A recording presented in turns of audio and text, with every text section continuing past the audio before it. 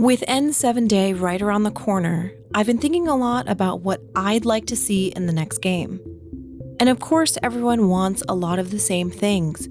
Good combat, impactful choices and consequences, a well-written protagonist, feeling like our choices from the original trilogy actually have impact, finding out about the previous companions, etc.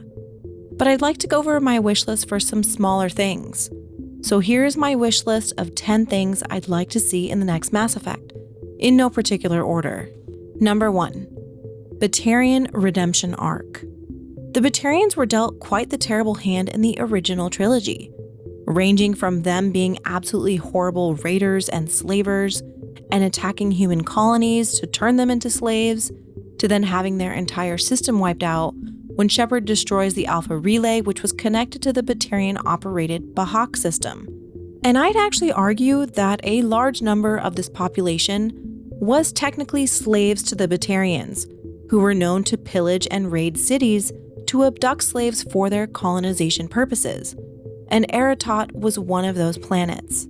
So yes, Shepard did kill 300,000 individuals in the Bahak system, but the sadder reality is that Shepard most likely killed 90,000 Batarian slave owners and 215,000 slaves who were taken from their homes to colonize Aratot. So yes, the Batarians have a very, very dark past, and their history and general means of behaving around the galaxy absolutely sucks. So not only did bioware write them as essentially an evil race, as majority that we meet are pirates of some sort, and technically any that have left Batarian space were considered criminals by default. So I genuinely think they need a redemption arc in their writing. Bray was the one Batarian that we were able to have any semblance of a rapport with, and Bray was awesome. Not only does Bray help with Omega and Arya, but he helps Shepard and even sends Shepard this cute little note. He doesn't harbor the same hatred for humans or Shepard, and I sincerely hope we get another Batarian, specifically as a squad mate that can help let us both know the Batarians better, but essentially give them a redemption arc and fair shot at shining in the series, and being known as more than the reason Shepard committed genocide. The Shepard hates Batarians meme has gotta end. This brings me on to my next wishlist item, and that's a larger cast of companions. Mass Effect 2 has one of BioWare's biggest rosters. It was very diverse, and there were several different alien races and opportunities for dialogue between the companions that made having a large cast so great. And I hope the next game is able to bring back a larger cast. I do also hope that the teaser poster is an actual teaser as to how big our active squad can be, with 3 companions and then our protagonist. I'm assuming the next game will introduce new aliens, which I'll get into more later, and we already have such iconic established aliens like the Quarians and Asari that I hope our next roster of companions has at least one individual from every alien race.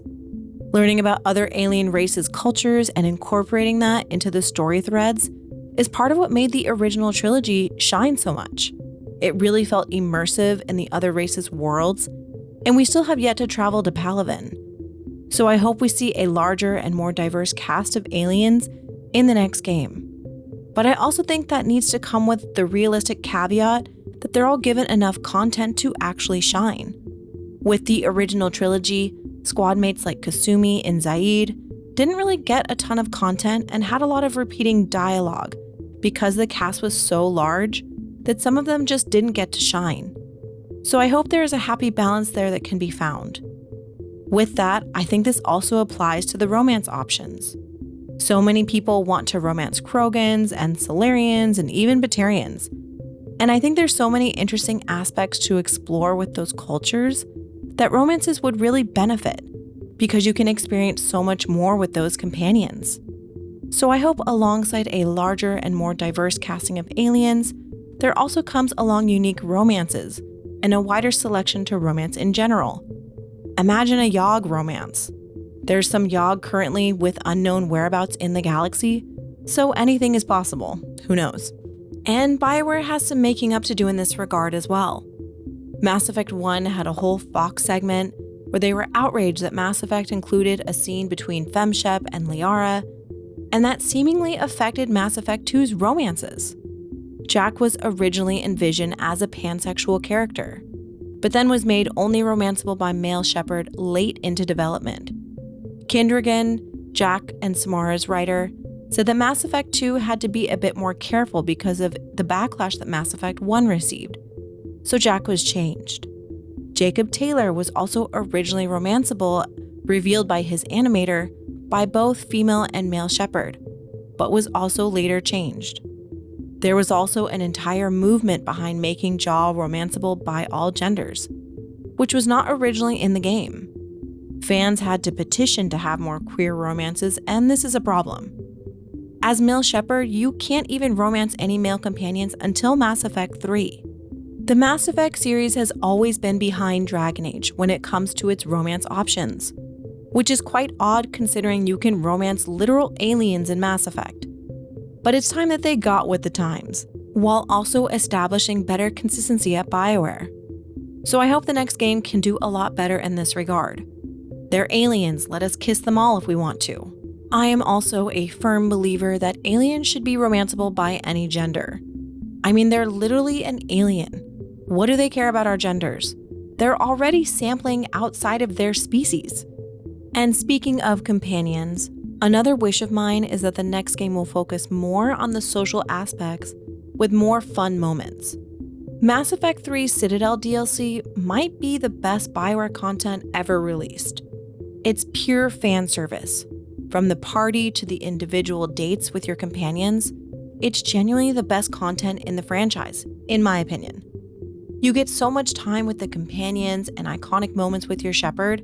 I couldn't get enough of it. And I don't think content like this should be relegated to existing in DLC only. There was a poker table and bar on the Normandy that we don't really get to use. There's one small scene with Tali and her emergency induction port at the bar, and one short scene with Javik and Kaidan playing cards, and that's it. The table is never really used, there's never a companion get-together, it's just there, teasing us. This is something I desperately wanted, to just hang out. Everyone knows that the companions are BioWare's strongest part of their games. They make the games. And I feel like there needed to be more gatherings and fun moments in the base games themselves. The movie night in Andromeda was really cute and fun, and it was great to have all your companions in one place. And I hope we get to see more of that type of content. My next wishlist item is that I hope Mass Effect retains its original stylization. I know there were a ton of issues with frostbite and animations in Andromeda, but I also think that a lot of the aliens just looked odd. All of the alien races, even the Angara, looked odd. So I hope that the next game's aliens, especially the original aliens, revert back to their original styles.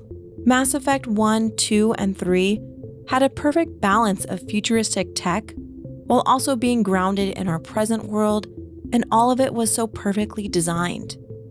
My favorite part of it was that the armor sets were practical, but there were some of it that were also form-fitting and sexy. I particularly love this armor set on Liara, and I love the way the N7 armor fit FemShep. I hope that we don't see a move away from those parts of the series that were sexy. But I do hope they retire the little black dress. I wasn't a fan. I also just really like the body proportions and overall aesthetics of the character designs. All of the armor was fitting and matched their body shapes. And I really don't know how to explain it, except that it just felt right. The aesthetics of the original trilogy were damn near perfect, and I hope we see them again. To add to this, I also hope the character creator gets a major overhaul. BioWare games have a habit of making lackluster hairstyles that focus on a lot of very short/bald styles. Mass Effect takes place far into the future. I'd like to see hairstyles get weird and unique, while also incorporating longer hairstyles and hairstyles that reflect people of color's hair textures as well. Their character customization could also really use body sliders. Let us control our character to every detail. BioWare needs to modernize. Even Andromeda's character creator was not that great. But I expect a major overhaul anyway, since this game will be releasing several years from now. My next wishlist item is being able to customize our ship and whatever hub we have. In Starfield, I picked up the small planets and little statues that were everywhere and put them in my ship, and also purchased and designed the house. And I'd love to be able to find trinkets and stuff from other planets while exploring, and be able to decorate and organize my ship with those items. It would be a cool way to connect what I've done and where I've gone, and bring it back to the home base. I also hope we have private quarters again, but that we can do more with it this time. We essentially only got to change our fish, our ship replicas, and music. But I'd like to see a lot more customization with this, especially if there are cutscenes in this room, say with our companions, for example. I also do hope they bring back the fish tanks, for the memes of course. And my next wishlist item is to bring back Andromeda's jump packs. I would also like to see the implementation of other forms of travel, not just on foot or in a Mako type vehicle. Jump jets or teleporters of some sort would be super interesting. I was recently looking at Matt Rhodes' old unused concept art for the trilogy, and here is a piece that he painted that took place long after the ending of Mass Effect 3, specifically after the synthesis ending. He speculated that long into the future, after all the organics and synthetics of the galaxy synthesized, they would essentially evolve into similar beings and be able to teleport directly from planet to planet because of their connection with the relays. It would change their biology, and they would no longer be limited to one environment. This art depicts a possible Asari/Solarian/human in the far, far future. This concept also brings me to this concept art for the next game, where we see this beam-like design, which very much reminds me of the beam Shepard used to get from Earth to the Citadel in Mass Effect 3. So who knows? Either way, it's a cool concept, and at the bare minimum, I hope the jump jets return. They were super fun. Another major wishlist item for me, and something I expect, is for Mass Effect 5 to revisit aliens from the original trilogy that were already established that we never got to meet. I already did a whole very detailed video that I'll link at the end if you want all the details, but the two aliens that stand out the most for me that I'd like to meet is the virtual aliens and the Ralloi. The virtual aliens are actually already among us.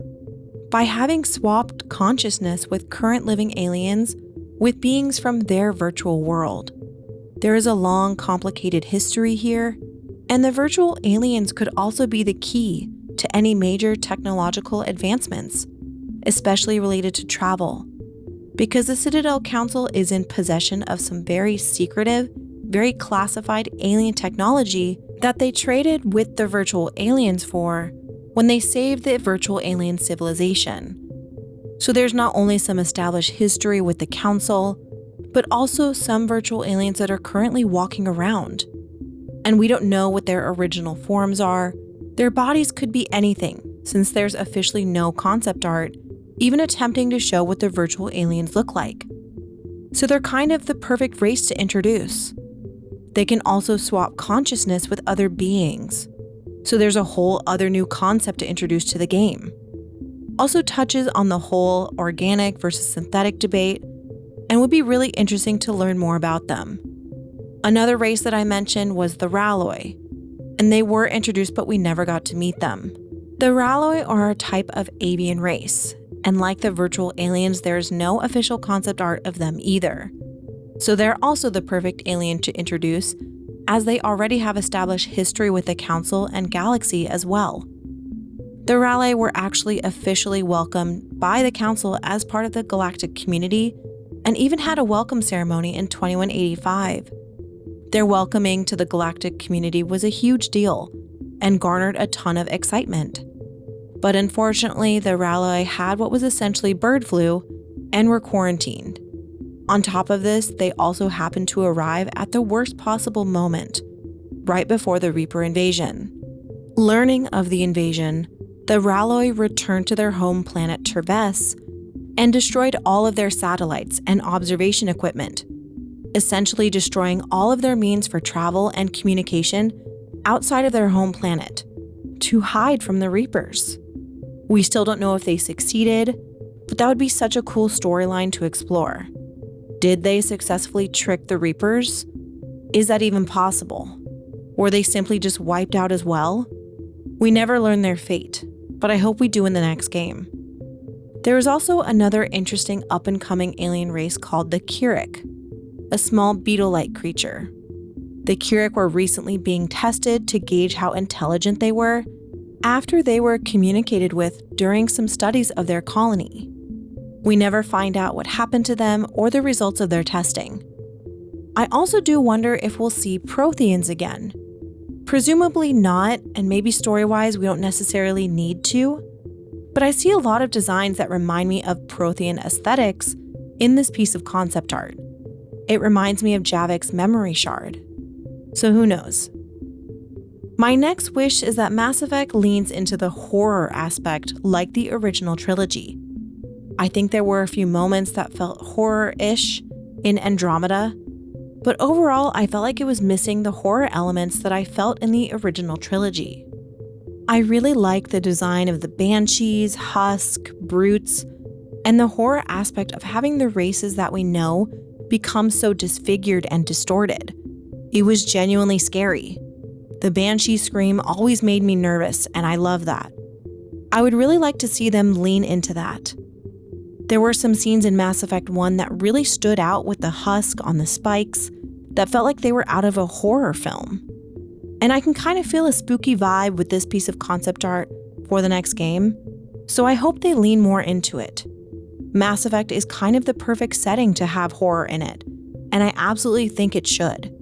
Something else that I really enjoyed about Andromeda was having your twin and family involved in your storyline. Having a mother and father and sibling to build connections with and help establish your background more was a really cool dynamic.